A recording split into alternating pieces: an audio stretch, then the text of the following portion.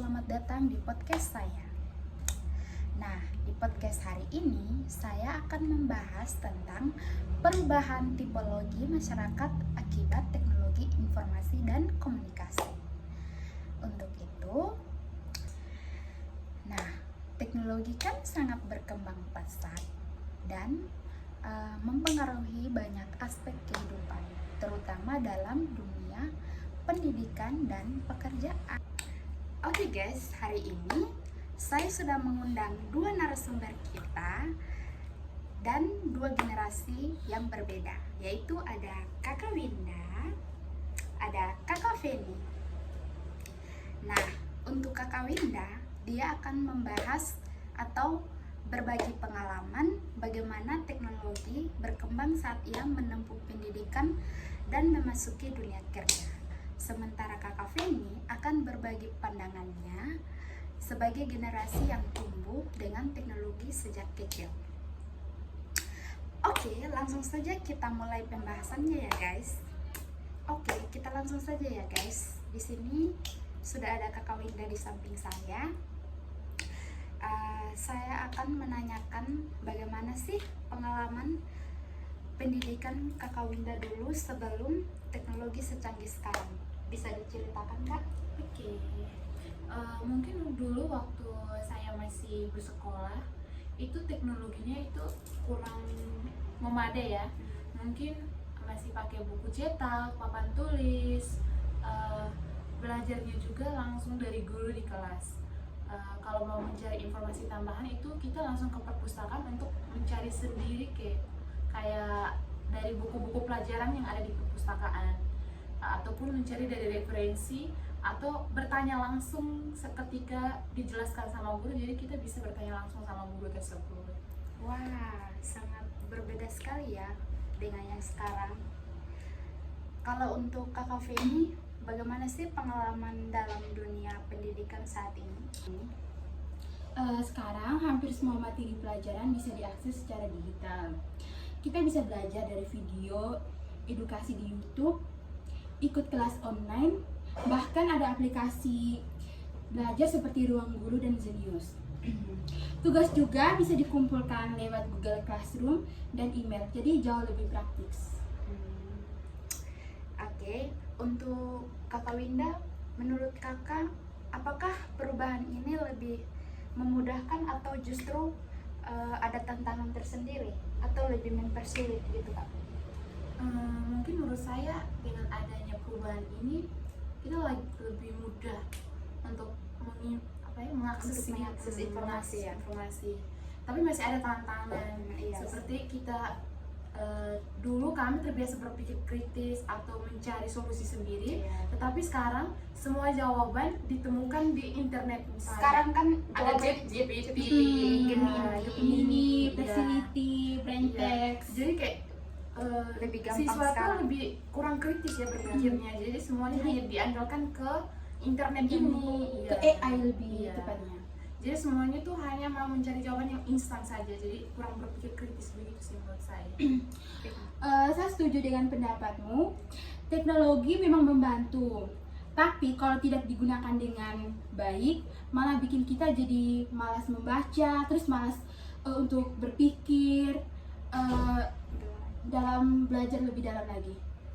Oke, benar banget sih. Dulu kan orang itu harus pergi ke perpustakaan untuk membaca buku yang banyak, terus untuk memahami suatu topik. Nah, sekarang kita tinggal ketik saja di AI, contohnya kan GPT gitu kan. Nah, di situ jawabannya semua langsung muncul.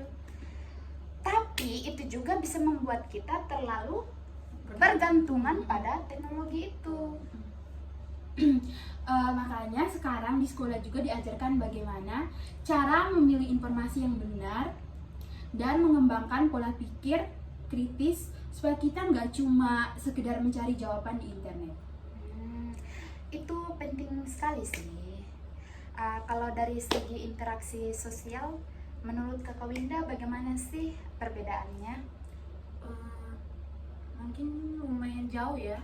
Soalnya kan dulu mungkin kita lebih berinteraksi dengan, misalnya ada tugas kelompok, kita kerjakan secara langsung, Iya. berdiskusi bareng gitu, atau mengerjakan atau berdiskusi di kelas, bukan hanya di kelas tapi bisa saja kita dari rumah ke rumah begitu kan. Atau mengerjakan tugasnya di perpustakaan sambil mencari referensi begitu. Iya. Tapi sekarang kayak banyak siswa lebih ke belajarnya dari gadget gitu. Iya, betul sekali. Iya, bahkan diskusi atau kelompok pun sering dilakukan secara online. Misalnya kan bisa saja melalui teleponan gitu di ini WhatsApp, iya. Atau pakai Atau Zoom. Zoom. Iya. Iya sih, ada plus minusnya. Kalau online kan kita bisa berdiskusi kapan saja dan dari mana saja. Tapi interaksi langsung jadi berkurang. Misalnya kayak gini. Kadang kalau kita ketemu di sekolah tuh malah lebih banyak main HP daripada ngobrol langsung. Jadi teknologi itu memang ada kelebihan dan kekurangannya ya. Dimana teknologi itu kan mempermudah tapi juga bisa mengurangi interaksi sosial kalau tidak digunakan dengan seimbang. Oke, saya mau nanya nih, kalau dalam dunia pekerjaan itu kan pasti ada perubahan besar juga ya Kak.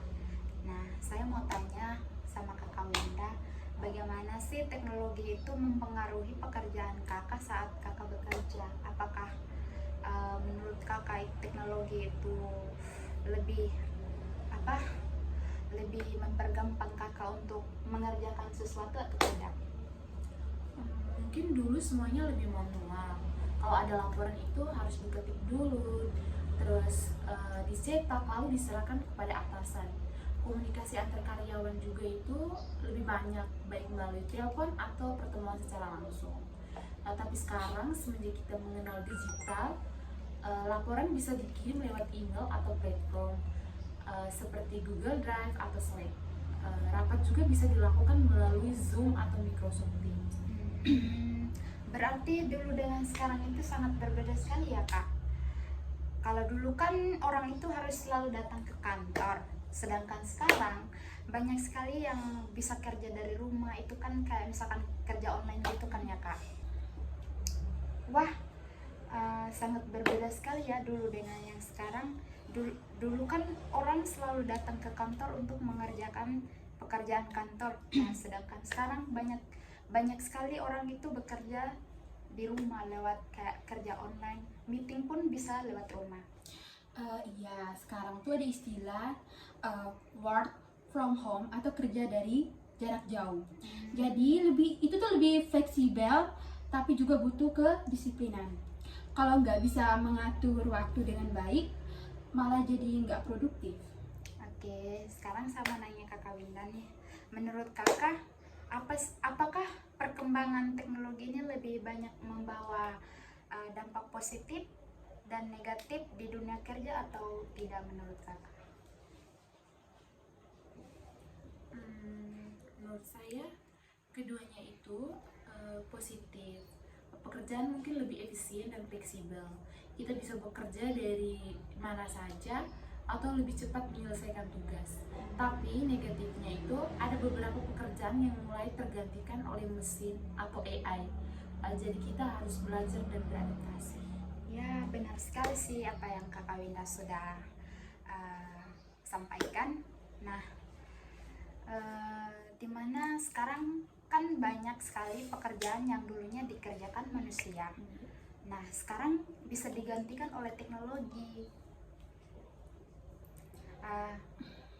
Feni, saya mau tanya kepada Kakak Feni, Iya. sebagai generasi yang akan memasuki dunia kerja.